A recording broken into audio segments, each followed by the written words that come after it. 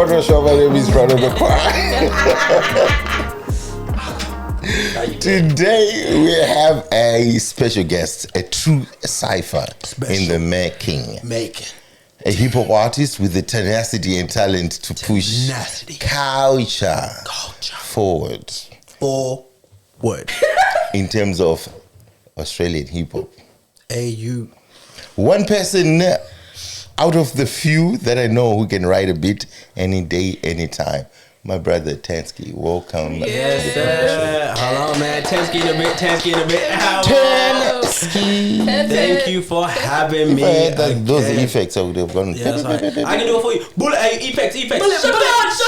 Yeah. Hey, no lie. These girls over here, they're the effects today. They're going to be the effects. They're going to do all this. They're going to do all that. You already know. If it's a ball. Hit me with something real quick. Go, OG. Bullet. Hit me with something. Yeah. All right. Brother. TNXSKII is in the house. Yeah. I've got two lovely ladies. That's the team right there. In the building as well. Who do we have in the studio today? Come on now. Introduce My yourself. name is the OGB. Sovannica Damn. Yes, sir. TNXSKII in the gym. Come on. TNXSKII. Yeah. That's a stage name, right? TNXSKII is my official last and final. It's been reformed a couple times, but TNXSKII is the name. You're gonna remember that. I promise you that. So TNXSKII, yes sir, it's my stage name right there. All right. Where did you derive it from? TNXSKII. So the name TNXSKII, but it took a lot. It took a while. I started as young T when I very first started making music because I wasn't planning on taking it seriously. I just started making it. My homies, you save a track, you need a name. Just went for Young T because everyone called me T, and I was young. It just made mathematical sense. Then I realized I'm gonna get old one day. 30-year-old I was called Young T. That's kind of crazy. Old T. Old T. That's what I'm saying. I'm about to evolve to Old T. I wasn't feeling with that. Started the show journey when it's 1010. 1010, I love 1010. Shout out that guy. Took me so far, but I decided for the rest of my career, TNXSKII, because my name is Tatenda. I'm from Zimbabwe, so Tatenda Verre is my name. And then 10, obviously, it's in my name. And the ski is something I've always used. I don't know why, but this guy, since year 10, I was just adding ski to anything. Hello, ski. Goodbye, ski. Bro, money, ski. Anything, they just add ski to it. Is that the same ski? They go like ski. Well, you know what? I think whatever you want to use it for, it just works for me. X as well is 10 in Roman numerals, so it's TNXSKII, TNXSKII. I'll be using the ski emoji a lot. Makes sense. I'll be calling you 10 because I'm sure you're close friends. That's it. Call me 10, please. Everyone, you heard this first. Call me 10 if you know me. TNXSKII if you don't.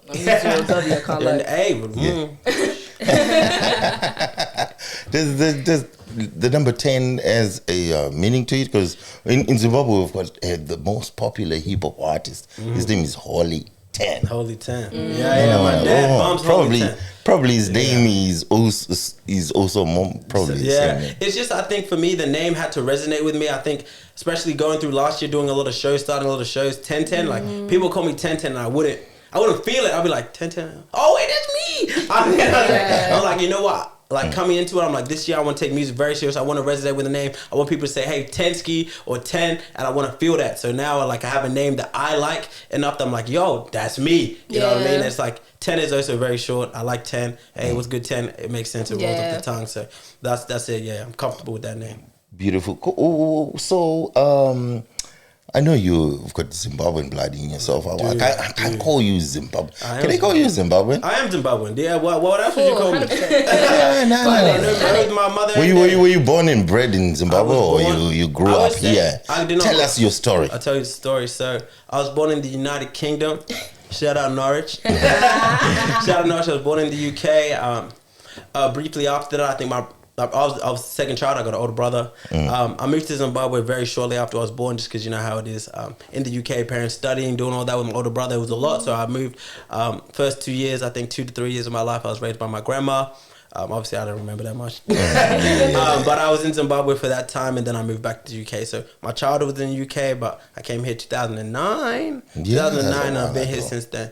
since then. So W immigrants. Yeah. W immigrants. That's it. Oh well, look, they say that to everyone. Yeah, that's it. Yeah. I think Australia is really good. I think it takes a little bit of time if you're not from here to fit in and find your place, but it's a very culturally diverse place, and I think like you'd honestly find a lot of people similar to you with similar stories, similar ethics, and here I think it's a very good country to be in because look at the people we're around, you know, yourself, Zimbabwean, a lot of Zimbabwean men, these friends here, similar, get along very well, may not be born here, may not be from here, but everyone understands each other. Yes, I was born here, I don't know what you talking about. I said, mate, you were born here, Bash? Yeah. Damn, I didn't even know that. OG, my bad, but I didn't even know that. Sure we were born in the same hospital. Oh yeah, wow. Dandy, you look like some dandy born shorty. Y'all look like some dandy. It's okay. Yeah, I was gonna say, relax. I'm just saying, Clayton 5 minutes away from Dandy. According to Google Maps. That's Obviously, United Kingdom, relax. Yes, UK with my internet. Go lost. Assimilated. That's the problem. Assimilated. Yeah. What is your motivation? Like, what got you into the music industry? I actually always loved music. Some fun fact about me, my parents have a big influence, and I actually played the violin since year 3. I was playing the first instrument I played was the violin. I like the violin. Obviously, as I was growing up, it was uncool. You know what I'm saying? Like, it was an uncool instrument to play. Yeah, I know. Imagine a guy going off to school going to violin practice as a dude. It was lame. At that time, I thought it was lame. But yeah, the violin obviously was the first instrument I played. Loved that. I played it all the way till I think grade 4 I got up to. I think I stopped when I moved schools in year 9.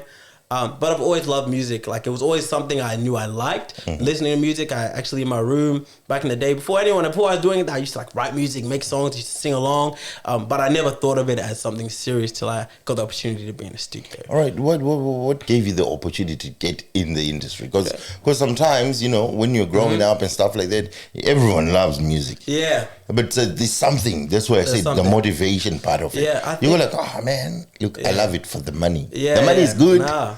If you're big, the money is good. The money's good. And also the fame as well.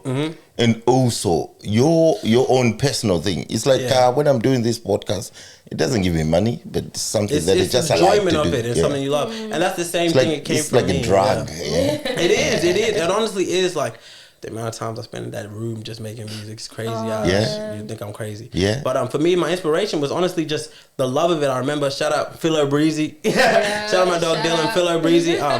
He was the first person like I moved to the north side for a bit. I was working in the north side. I remember this. It was after I was working with Bash at Stateside. I moved to the north side for 6 months to manage a store, my first manager gig. But at that point, I met my dog Philo Breezy, and he loved music, and I'd freestyled for him for the first time.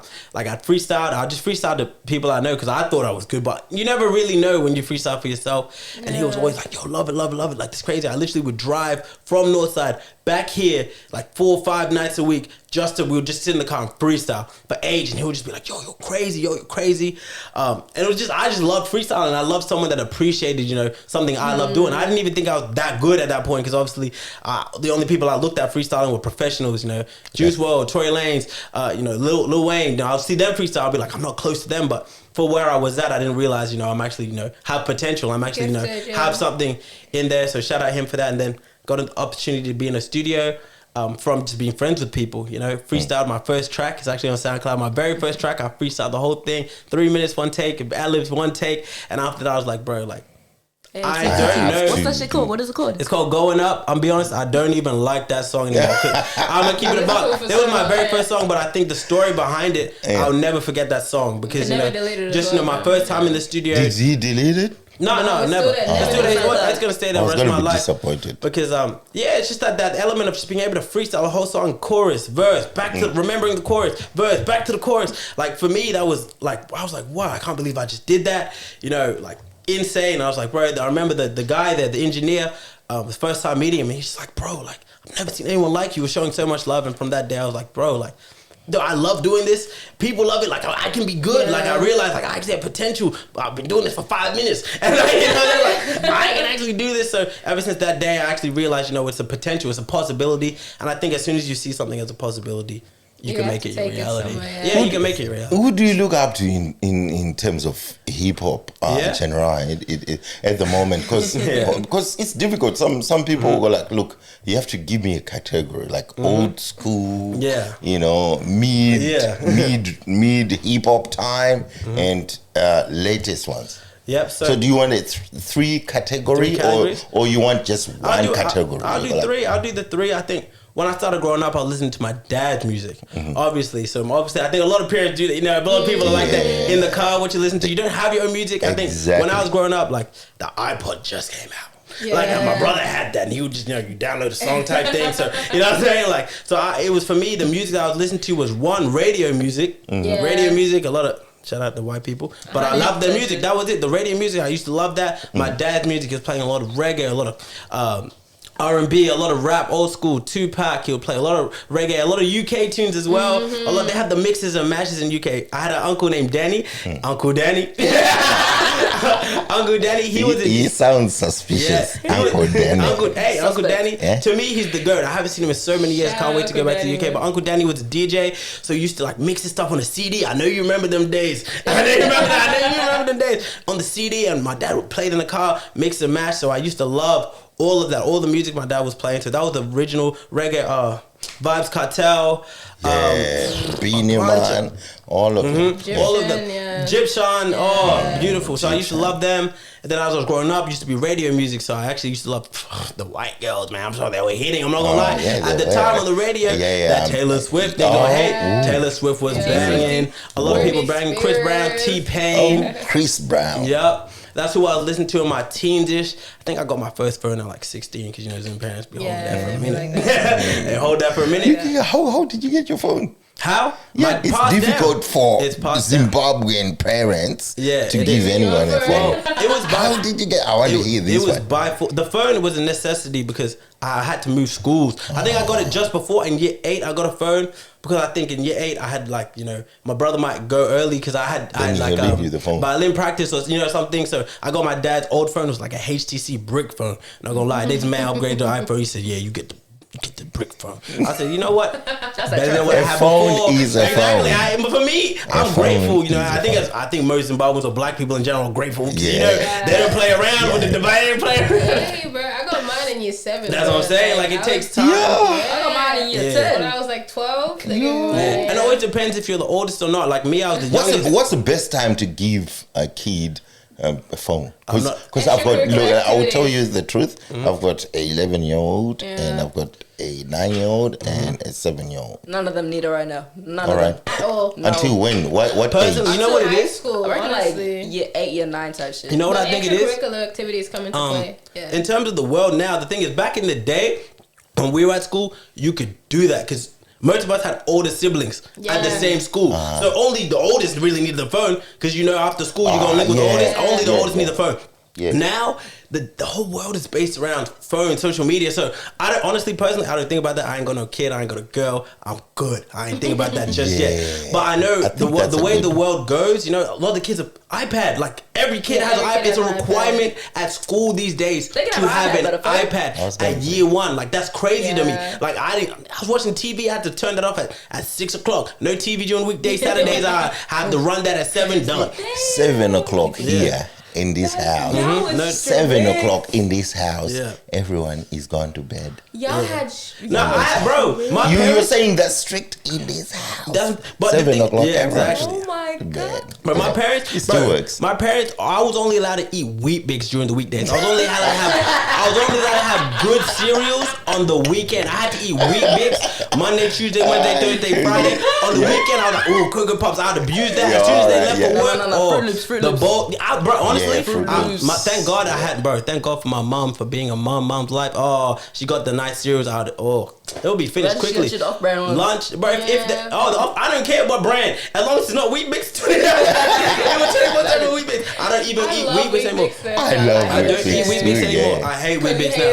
And you know I what? think you had them too much. Yeah. To me, it was a specialty. You know what? Have you done the wheat bix, the peanut butter wheat bix? Yeah. See, I know every Zimbabwe tried that because we have porridge. We have porridge which has peanut butter in them. So you put wheat bix and peanut butter. I swear, my dad brought that in the family. It was dry as hell.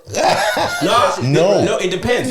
You have to make warm it up. You have to warm it up. You put it in the microwave. Do you put milk straight wheat mix with the peanut butter? No, you put the wheat bix has to become like a porridge. So you have to put it in the microwave. So you put the wheat bix in your milk, and then you put the peanut butter, and then you put it in the microwave. Porridge and that. Okay, I can lie. I put it in like straight. Hey, do you put the peanut butter before you put it in the microwave or after? That's real talk. Ponder that shit. I'm pondering. I'm pondering. Yeah, that's a good question because that's not a good question. You know the answer. Answer the question. I put it before. You put it before? Yeah. Alright, fair. I think we used to put it after, but before doesn't sound that bad to me. So you No, because I wanted it to sort of like just melt. You're getting radio waves in your peanut butter, dog. No. Hold on. Question. I do you get put the milk you now. in first or the cereal first? No, I put cereal then milk. What weird ass put milk on the medium, bro? Wait. Why did you even ask that? No. I put my cereal first. I put the cereal Give first. us a fist You're a bump. criminal. That was a good question. Give him a fist pump. Don't even like him on the camera. Come on. You have to put in the milk first. No. You have to put the cereal first. I'm giving you a fist bump. Why? You put milk first? Because I want to just say to everyone else. People have things differently. You see, I put my peanut butter before microwave. He puts it after. No, I thought you were trying to dab me up because I put the milk first. I said no. Do you put the milk first? No. Wait, no. Hey, that's why I thought you were trying to dab me up. Now we need to hear this live. Yeah. Sovannica down. Yes, ma'am. Oh my god. Do you put the milk first before you put the cereal? No, I put the cereal first, sir. Okay.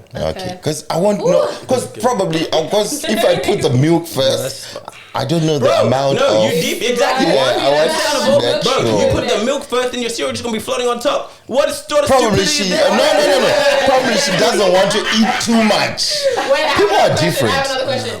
Do you guys warm up your cereal or do you guys? It depends on the cereal. I'll be honest. Back in the day, I used to. I don't eat cereal anymore. I'll be honest. I don't eat cereal anymore. But warming up cereal, bro, I've warmed up everything. I've warmed up every cereal. I've warmed up Fruit Loops. I've warmed up Cocoa Puffs. I've warmed up Rice Bubbles. I used to mix cereals for elegance. You know what I'm saying? Cocoa Puff, Rice Bubble, Corn Flakes, Cocoa Puffs. Like I'll do everything. I'll mix that joint. I think Cocoa Pops you can. Yes, you can. Them up. Yes, you can. Can you? Yes, you can. You've done it's nice, bro. Imagine. Listen. Just tell him. No. Wait. You can't warm at the end of the bowl. Can you tell him the truth? No. Wait. Let me say. At the end of the bowl of Cocoa Pops, is it not? Don't you have soft Cocoa Pops at the bottom? You do. At the start, it's hard, but at the end, you got the milk in there. They get soft. You have to gradually get in there. No, you don't. It still gets soft. You have to gradually get in there. Hey, bro, it's good. You have to get crunchy, soggy. I haven't done it in a while, but don't knock it till you try it. Don't knock it till you try it. I got one more, okay? Yeah. When you're drinking Milo, do you put the Milo in first or after you put the milk? What stupid ass question is that? Milo first, bro. That's a dumb question. Oh, you know what? Only Australians do that dumb crap. No. Milo but that's crazy. after water. Wait, what? You're canceled. Hey, no, put that shit. You're canceled. Am I canceled? I know what he's talking about. Wait, why are you putting water in your Milo? No, don't explain. That's unexplainable. Let me explain to you. So what I'll do with Milo? Let me cook. I put water, like boiling water, Okay. Yes. Then I have boiling milk, So I'll put the water, then I'll put the Milo, then I'll mix it, then I'll put the milk. It'll go like shh. Yes. That's the best. I mean, that's fair enough. I mean, I put the only time I put hot water is like when I'm having tea. That's it, and then I'll put the milk after that. But other than that, I'm just do raw milk and put it in the microwave if I need it hot. Like I know that's what I do. But in saying that, I get everything is different ways, so I may be wrong. I'm telling you. I thought you meant cold water. Anyways, thanks for coming. Congratulations on your album. EP, appreciate that. Appreciate that. Yeah. Beyond the Sky. Beyond the Sky, yeah. I like the cover photo appreciate for the album. Jonty Major. Why Beyond the Sky? I was looking for the actual song Beyond the Sky, but nah. Because it is a meaning to. For that EP, I always say that I released it on SoundCloud. People ask, well, he released it on SoundCloud. Because for me, this process has been really fast. Really fast. I started making music started getting into shows, start doing stuff. You're like, okay, people need one of this music. Yeah, for us to get the timeline, when did you start your music? Yeah, and where are you now? Yeah. So I started making music probably about 2 years ago now. Professionally recording? No. So I started making music, just going to random person, just for fun. You know what I'm saying?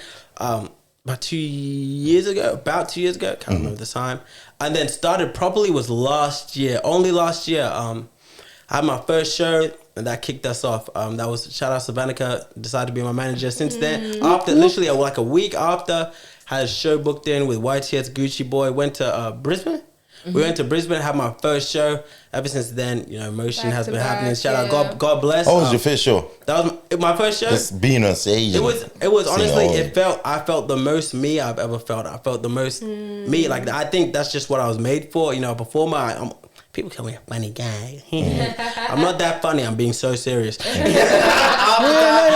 the time, I'm being dead ass.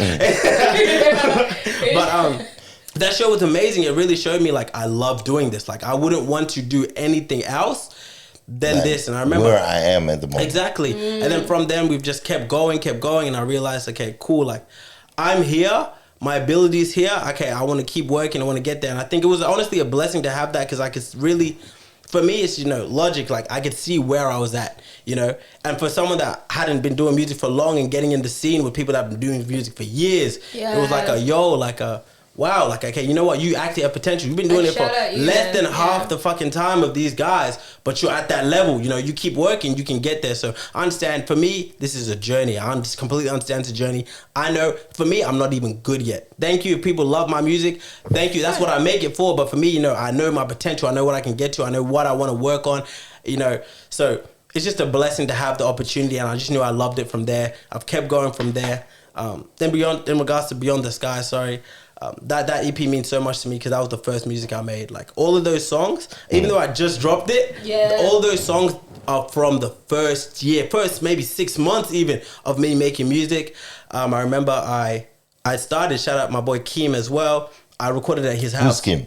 Keem is my brother. He's on the EP. 2 songs are on the EP. I'm going to release extra songs as well for that, because I have so many songs that I just love to be out there. There's not how I sound now. That's why I reduced it on SoundCloud, because I want the stuff that I'm putting on Spotify now to be how I am now. But the SoundCloud stuff, that's, shout out Keem, man. He had a preset. He had a whole system. I literally copy and pasted that whole shit.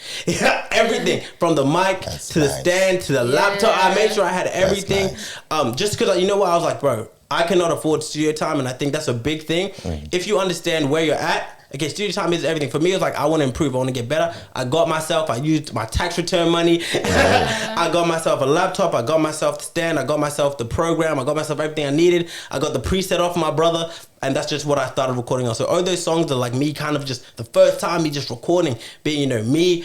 I don't necessarily sound like that anymore. I had a really specific style at that time. What's the difference? Because I was going to ask you, from the first body of work you did compared to now. Yeah. What's the difference? The difference, first of all, back then, you asked about my favorite artist before, and that is Juice WRLD, by the way. That is Juice WRLD. You didn't tell us. He didn't tell us. Because we started talking about cereal. We started going to cereal program. We started talking about things like that. It was always going to come back to Juice WRLD. He's a staple in my life. But you're the host. That's why I had to spin back. I should have come back. Juice WRLD is my favorite artist of all time. I say that because I guess at that specific point in time, he really hit me. The melodies, I'm very much a melody guy. If anyone knows me, knows my music, I'm very much melodic based, and I think that makes so much sense.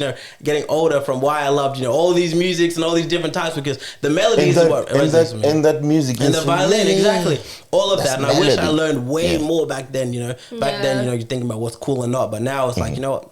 Who cares what's cool? You're you, and being yourself is the best thing you can be. So Juice WRLD, I loved him because he was so authentic in himself. He had melodies, and I think for me, he was one of the first artists I hear that realm was like mixing that singing with rap. They were the first people, in my opinion, that mixed that singing rap. Him, XXXTentacion, Trippie Redd, that whole scene. Everyone knows that 2016 to 2019. That me is my favorite phase of music, because they were just so authentic. They were themselves, and I think that's something I always want to improve on. Resonate with. Exactly, because I think being authentic, being yourself, and I think getting people to resonate with the truth. A lot of people, I think a lot of times when it comes to artists and stuff, big artists, a lot of people putting on an act at the front, which I get it.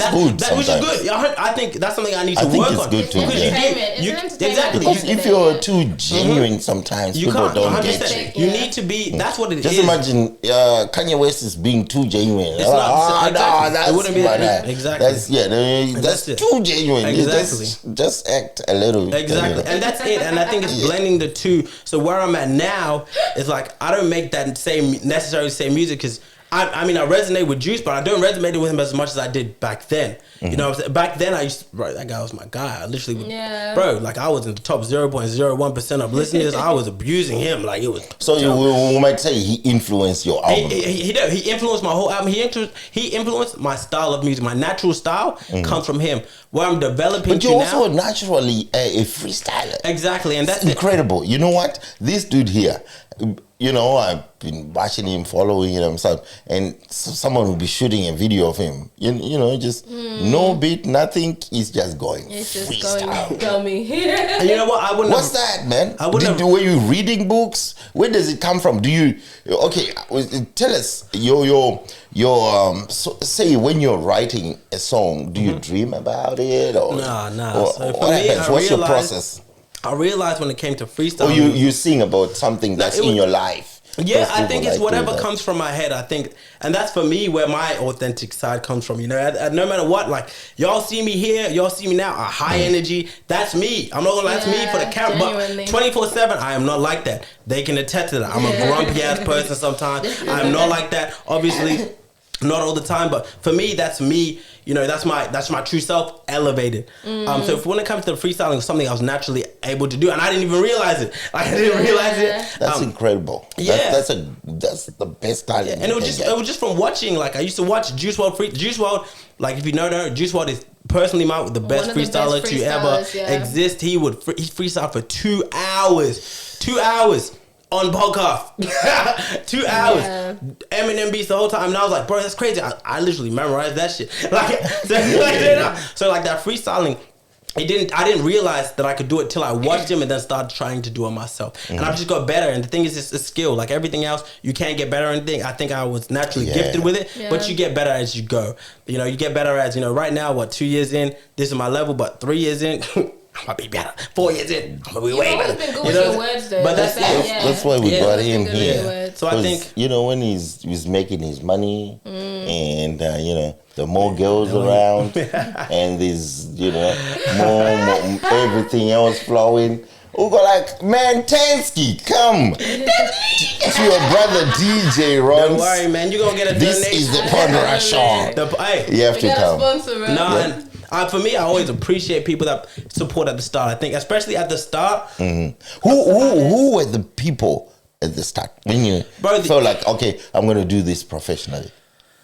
At the very start, I'll be honest, it was literally my one man and only Philo Breezy. I'm a shout him out every time. He honestly is the one that motivated me to do this because he was my support. Like straight up, when I first started, like I was barely working too. We would kick it all the time. We just freestyle, and it was honestly the happiest time of my life. And I realized, I do appreciate when I was not.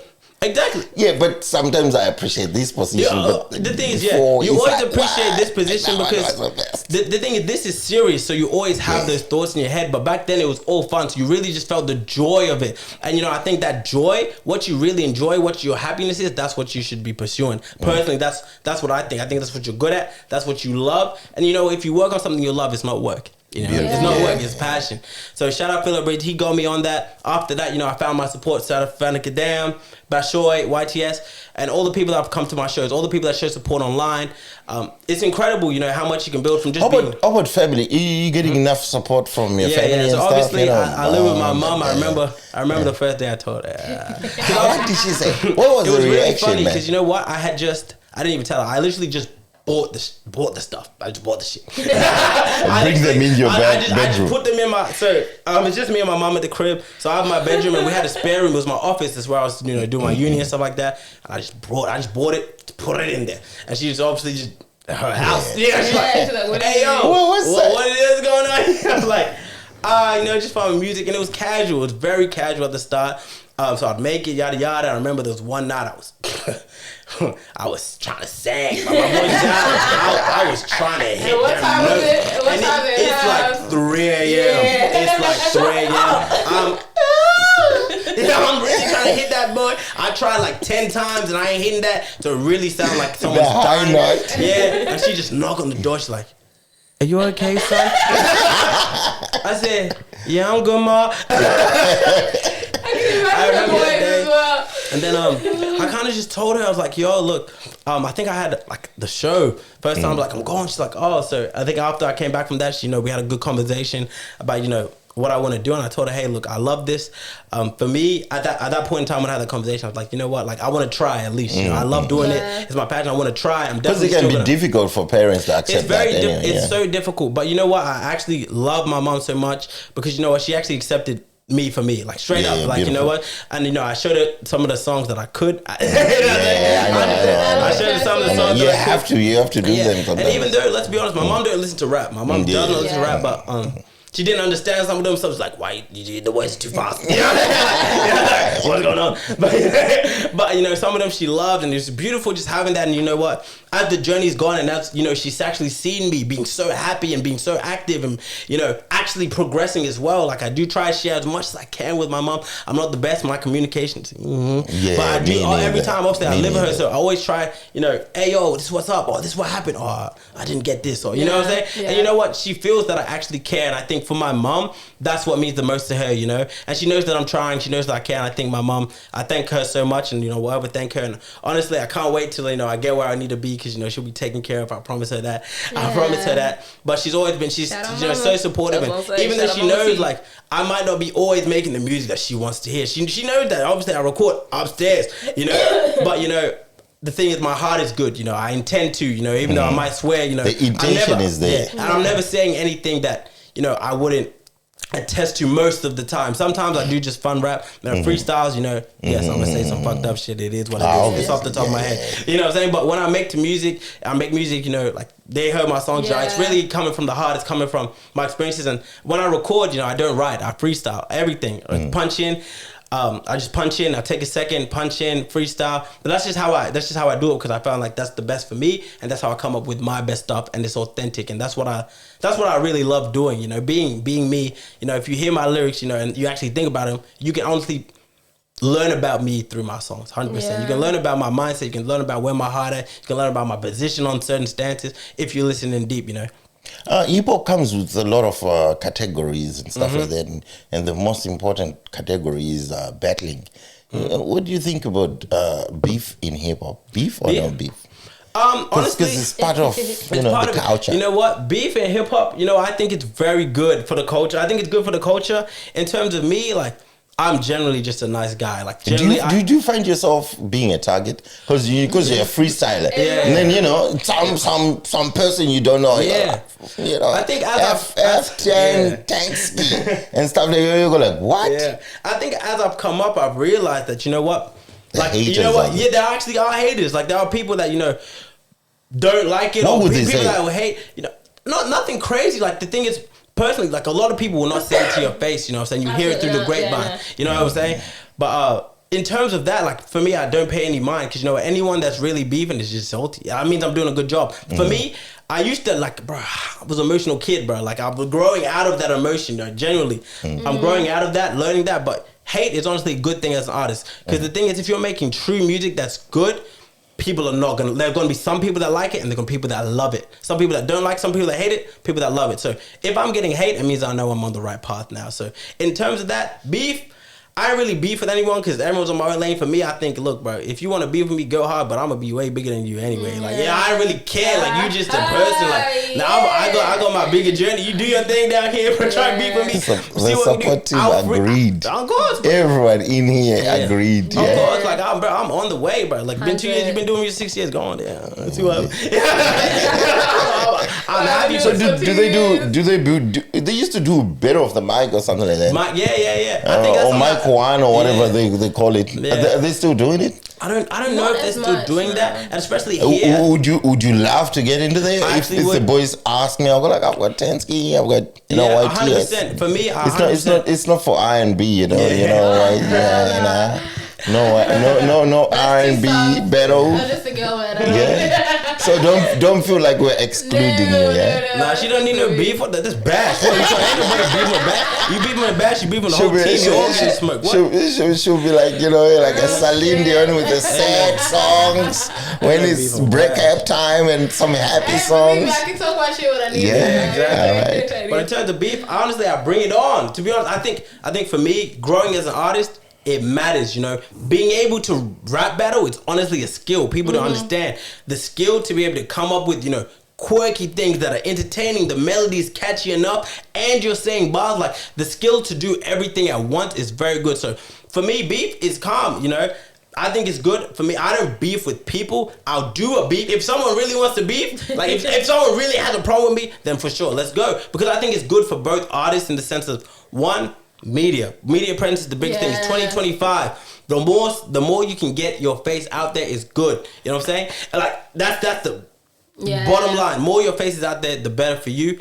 And I think the skills you can learn from it is amazing. But beef wise, I don't really beef, man. I'll do a beef just for the fun of it, but just know I don't really hate anyone. Hate is for the weak. They say there's a war between hip hop artists. Like, which one is the best city?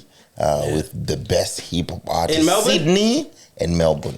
Melbourne. It's just Melbourne. I mean, anyone. The Sydney guys are wild. Everyone can say like anyone that got Sydney people come here. Sydney are crazy. They come here. They move here in order to. And saying that we have ways to move in Melbourne. We have ways to move. We're very quiet worldwide, and for me, my goal is global. I really want to share my heart. I want global, like not even just America. Like I honestly could not care about America. A lot of people just care. I want to get to America. For me, no. I want to go freaking Ireland. I want to have people in Switzerland. I want to touch hearts all over the world. I think that's my goal, and I think that's a blessing. Do you think the mainstream media in Australia like push down like hip hop and? I don't think it. The thing is, I think that's it's never played in mainstream media. Yeah, there's only a couple. I've never heard of any. There's just a few hip hop artists, Australian ones, like from the ground. No, shout out Oz Dollars, bro. They really put in. Yeah, there's only a few There's pages. There's Triple J on Earth is probably one of the biggest ones they do. You got Take Flight, AU Dollars. They're the ones that put it on. But in terms of general Australian like public, the commercial one, they don't. Why is that? Because they have to. You know what it is? Because Australia. No hate to Australia, of course, but I guess they're really focused on just getting themselves up at the moment, and you know what's gonna get them they up? just follow the American. Exactly, they follow trend. the lead. Exactly, what's popping now is in America. What they're gonna do. I'm surprised sometimes because we must have. We have talent here, but we it's have not talent. there. It's not shown. And too much. Like, manager, what do you say about that? What's your point of view? My thing is, I've seen a lot of people have a lot of talent. Okay, but it's just.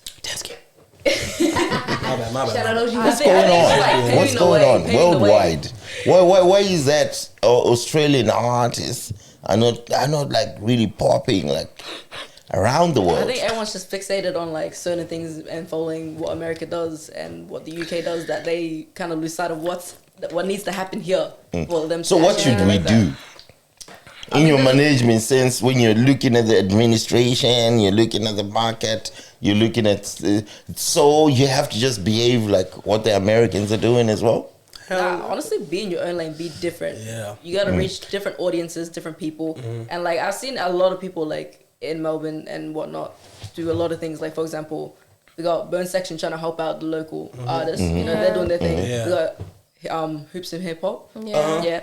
We got $80, They're all helping. They're all doing something, like, and I appreciate that, and I love that because like they're actually trying to help. They're trying to put people on. Not just do the big artists. The scene now is getting better, but also like even the algorithm from Australia isn't that good so as well. bad. And that's the thing. Australian algorithm shares a lot with Australian but viewers. But we've got the biggest media person like Rupert Murdoch, isn't he from Australia? But does he live in Australia? Does he promote Australia? Where is he? Should. You tell me where he's at. That's what I'm saying. Like the people that do stuff. The thing is, even for me, I'm not gonna lie to you. Like when I get where I want to be, I'm probably not gonna be in Australia because Australia doesn't. It's not gonna promote. The thing is, like for me, I would love to live in Australia, man. I would love to promote it, but At the end of the day, what I want to do, I want to be global. If Australia's not going to help me do that, then why would I stay in a place that's not going to help me do that? You know, at the end of the day, I'm going to touch hearts of Australia somehow, but if it's not in Australia, it's not in Australia. And that's because at the moment, they're just not pushing necessarily. They're not pushing. They're not. And you know what? Yeah, you can't really. For me, I don't complain on things that I can't control. Yeah. You do what you can. You know, you do what you can to what you can control. That's it. What has been your highlight so far as a hip hop artist, as a lyricist, as a singer songwriter? You're gonna this one has been my highlight. One more time, go out the camera. What's your highlight? Your highlight so far in your career. It might be a movie shoot. It might be a music concert that you went to. It might be an album you're working towards, or a single. My highlight at the moment in terms of my career is actually getting the opportunity to be on Take Flight, because a lot of people work a long time to get on there. Very long time to get on Take Flight, and for me, I got so blessed, man. I was so lucky. I had a show with Lord MC. Shout out Lord MC. Shout out BBS as well. I had a show with them. I won some open verse competition. I just did an open verse for one of the songs. I got on that show, and from that show, literally the next day, Take Flight had messaged me, but Take It Collective, and Take Flight messaged me to get on that show. And I know for me that meant so much, because it's like, people take a long time to even get the opportunity to be there. A lot of the people I had been with didn't even know me at that point. Yeah. I was very, straight out, I started with 400 followers. Then I had nothing. And it was just amazing to see, bro, some random guy, people do not know, did one open verse and performed one song on one person's show, got the opportunity to be there and perform in front of, a Take Flight audience. Take Flight followed me from that. I talked to the guy, and just being able to have that opportunity was honestly currently my highlight. From that, in terms of music-wise, man, my highlight is honestly just getting better, man. Every single month, every single year, I go through the stages. I think every artist does, you start the year, you're like, I want to be like this, I want to be like this. But then, you really see how much you improve. Yeah. And that's honestly what makes me, feel the best. Like, bro, I'm actually getting better. I'm actually doing this, and that's what at the end of the day makes me, the happiest, seeing, I'm actually going towards my goals. And for me, I think I'm doing it at a very fast pace. I think I can do it faster. Every single day I'm like, I need to get somewhere. But at the end of the year, I looked at it, we started 6 months. After 6 months, we had merch, and we were doing shows. I started emceeing, I somehow mixed my whole own EP, dropped it, and it's like, bro, you're doing this, you're destined for this, so keep working and see what you'll be in 2-3 years. See what you be with the people that you're making music with, the people you're hanging around. Once you get that time, see what you'll be. And it's like, for me, that's the biggest thing, just the potential of what I can be. That makes me the happiest. That is always my highlight. At the end of the year, I'm gonna say the same thing. Guarantee. Right now, I'm not gonna say that. It's February. It's February right now. But December, I'm gonna be so happy. Yes. I know. Management good? My management is great. I couldn't ask for a better manager. I couldn't ask for a better team. And that's simply because, finding people that, we were friends first. I always say this. I don't know if people say it, but I'm saying this now. Sovannica and I, we were friends first. We actually COVID buddies. That's his management, by the way. She's Cambodian. Whoa, Malaysia. Yeah. Mm-hmm. She's Cambodian, but she can pull up Malaysia. All right.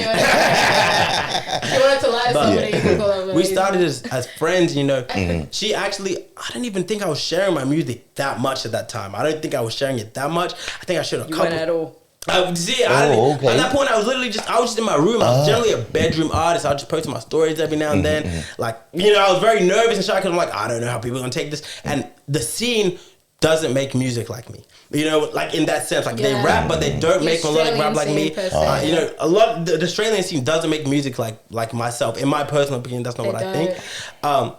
So, for people believing in that, and you're like, nah, this is actually good. You have mad potential. Really sure we just had a conversation. I met she was my manager. After that, we started, having her go through this. And I remember I said this at the start. I'm like, I would love you as my manager simply because I want someone that's there from the start, that sees us grow, we grow together. You know what I'm saying? She came into it not knowing anything. That's the truth. We both didn't know anything. But it's like, what? Yeah. It's not about what you know. For me, it's about the heart, the intention, and it's about the will, the passion. The passion is the biggest thing because there's so many good artists out there. Without passion, you're nothing. Without passion, you're nothing because of that extra drive that you have, that extra motivation that you have. That's what's going to get you there. And she had that. And she had that. And that's why I was like, you know what, bro? if anyone's gonna help me get to where I want to be in the future, it's gonna be someone that had that motivation. You know what? From the time we started, it's been less than a year. Still, is she tough? It's still less than a year. She tough? She's tough. She's definitely tough. Get you to go to some shows you're not ready for. 100%. I was not ready, and to this day, in my opinion, I'm still not ready in the sense that where I would want to be for performing and where I want to be, where I imagine myself, perform. I'm not there, but you know what? Her being like, yo, let's do this. It's motivated me. Now I'm coming up with her. Hey, let's do this. We got this. I'm never working for my damn self. She's not working for me. So now we're always packed up. We're figuring out. I hope she's not regretting. What did I get myself into? I was a very. But that comes with the job. If amazing. you find someone with the energy, and it pulls the whole team together. It does. We built a team, and that thing we're still building. You don't even understand. And the team is crazy. Big, and also you're a member of YTS, right? And and YTS Academy and stuff like that. Of course, man. We talked about it in the other interview, but people might want to know what YTS is and stuff. Yeah, YTS Academy. So obviously, I met YTS through Sovannica. There was a studio session. She had been to a studio session before we had talked about it. The next studio session, she invited me. I did not know YTS. I just seen that brother online. I was like, oh shit, that's YTS. You know what I'm saying? Like, just met each other. I remember I freestyled, made a song with him, and ever since that, we were like that. Invited me to the show, became his manager, became Bash manager. So. Like the academy, the academy, we found the Gucci. I always had the idea for the academy, and I think everything is God's timing. I always say God's timing, because you know what, the academy was an idea. Very little followers at that time, very small following, but little people in it. But having the extra support, having seeing us do a lot of people started to join. Burn City, they hadn't started yet. The Burn City podcast hadn't even started yet. We met them before they started, had conversation. I had no songs out. I had done one show, maybe 2 shows. I had done nothing. Yeah. But just meeting them. And now it's like, yo, we're good friends, We're planning stuff, doing stuff, And it's just that everything is God's timing. God bless. Everything is God's timing. And everything comes together. Bashoy joined, a couple months ago even. And she's always been there. Bashoy has always come to every single show, every event. And she wasn't even like an artist. Like, she would come anyway. She was like you. She was trusted her voice. I love her voice. Bashoy has been. It wasn't even about that. Bashoy different. Yeah. No, you knew yourself. Talented. Sometimes you sing in the shower. So melodic. And the neighbor will go like, whoo, I hope that girl stays here. You know what I mean? Yeah. No, it wasn't even about like me when when you go to those types of shows, it's about supporting your people and the people in your city and your people in your circle, your family. You know what I mean? It's never about me getting like for them performing. But you knew. You knew you could just shoot a guy. Boom. Give me the mic.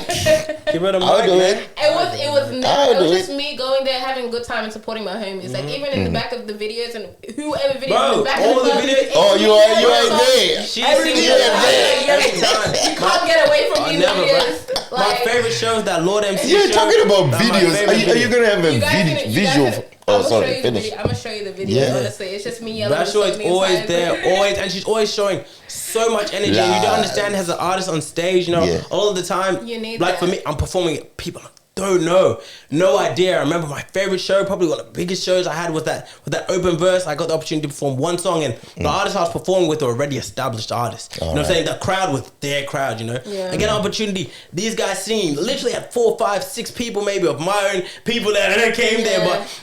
After them singing, everyone started singing that. Bro, that was my favorite time. Because, like, you know what? Like, that's the energy. That's the presence of, a team. And you know what? It's like, bro, that's what I can do. That's what we can do. So I was like, nah, the team is amazing. It's a blessing to have them here. And especially, I'm going to have them forever, bro. We locked in. We all going to get rich together. Hellcat for you. Lambo for you. Okay. What about for Uncle Roman? Whatever the hell you need, man. Yeah, cameras. I need cameras. You're going to get money, bro. I'm going to just give this brother money right here. Use what you need, bro. Any shout outs, brother? I know you've already done a couple of them. Yeah, of course. I'm always going to shout out everyone that's really helped me so far. I love to shout out South State Studios, first year I ever recorded at. I don't think he's doing music at the moment, but first year I ever recorded at, put me on music. Obviously, Philo Breezy, Lord MC, VBH. Shout out them boys, man. They obviously helped me put me on, get me where I'm at.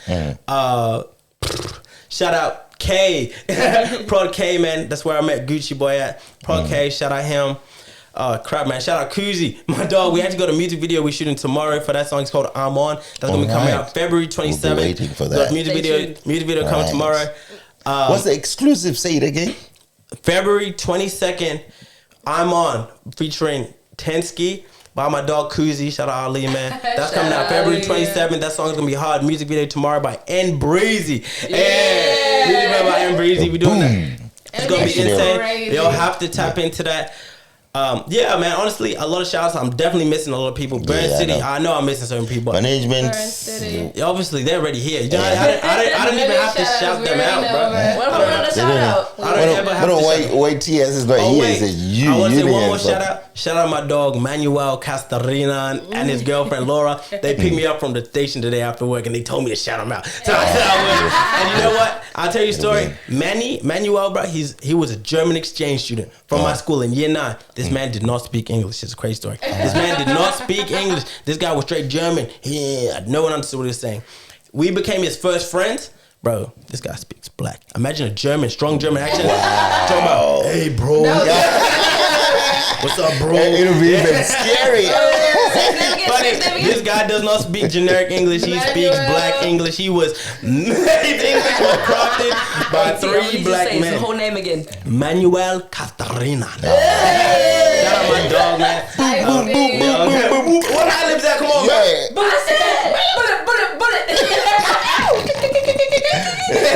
How can people get your stuff, man, your music and stuff, and access it? Because I was disappointed. Your album is not even on YouTube or something. Yeah, exactly. So that album was a SoundCloud album. I wanted to release that because it was the first music I was making in the first 6 months. Obviously, I started getting a little motion faster than I thought I was going to get motion. Right. You know what I'm saying? So I wasn't really prepared, but I wanted to get that one out, but I didn't sound like that at the time I was recording. I wanted to release, more stuff that's, so me more at the stuff moment. is coming? So more stuff is coming. We got Make a Move. We just got the videos for that. We got bare visuals for that. So you're going to see that. We got the Make a Move song coming out. 2 weeks after I'm On is coming out. So they confirmed that day with Distro K.